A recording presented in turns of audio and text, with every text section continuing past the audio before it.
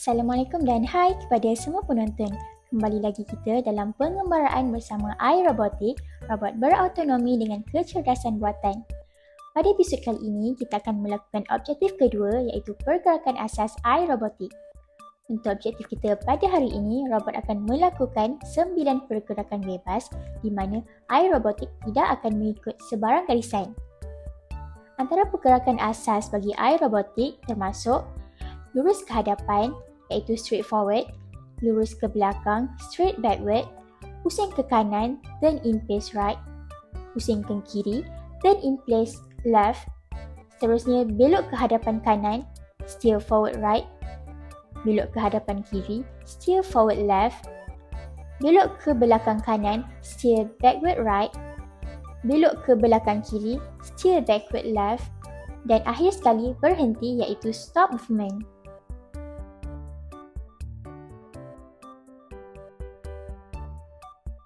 Klik pada menu Events, seletkan blok When iRobotik Starts,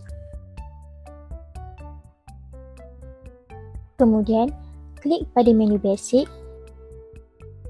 dan gabungkan blok Robot Prepare. Klik pada menu Events, seletkan blok After iRobotik Starts,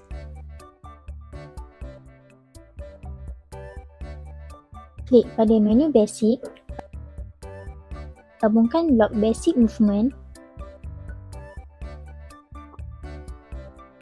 setkan direction kepada straight forward, speed kepada 50 dan duration kepada 2000. Klik pada menu Basic, gabungkan blok Stop Movement dan setkan duration kepada 3000. Hasil dari dua blok ini, iRobotik melakukan pergerakan lurus ke hadapan selama 2 saat dan berhenti selama 3 saat. Duplicate blok Basic Movement dan blok Stop Movement di bawah blok Stop Movement. Setkan direction kepada straight backward, speed kepada 50 dan duration kepada 2000. Hasil dari dua blok ini, iRobotik melakukan pergerakan lurus ke belakang selama 2 saat dan berhenti selama 3 saat. Duplicate blok Basic Movement dan blok Movement di bawah blok Stop Movement. Setkan direction kepada Turn in Place Right, speed kepada 50 dan duration kepada 2000. Hasil dari dua blok ini, iRobotik melakukan pergerakan pusing kanan selama 2 saat dan berhenti selama 3 saat. Duplicate blok Basic Movement dan blok Stop Movement di bawah blok Stop Movement. Setkan direction kepada Turn in Place Left, speed kepada 50 dan duration kepada 2000. Hasil dari dua blok ini, iRobotik melakukan pergerakan pusing kiri selama 2 saat dan berhenti selama 3 saat. Duplicate blok Basic Movement dan blok Stop Movement di bawah blok Stop Movement. Setkan direction kepada Steer Forward Right, speed kepada 50 dan duration kepada 2000. Hasil dari dua blok ini, iRobotik melakukan pergerakan belok hadapan kanan selama 2 saat dan berhenti selama 3 saat.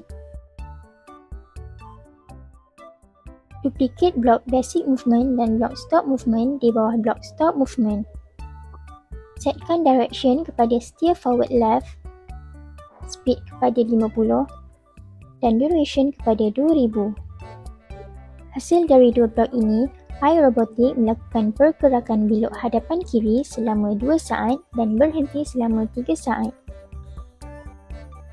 Duplicate blok Basic Movement dan blok Stop Movement di bawah blok Stop Movement.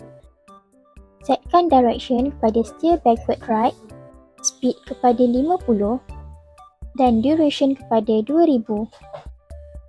Hasil dari dua blok ini, iRobotik melakukan pergerakan belok belakang kanan selama 2 saat dan berhenti selama 3 saat.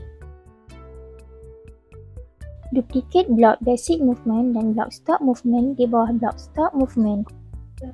Setkan direction kepada Steer Backward Left, speed kepada 50 dan duration kepada 2000. Hasil dari dua blok ini, iRobotik melakukan pergerakan belok belakang kiri selama 2 saat dan berhenti selama 3 saat.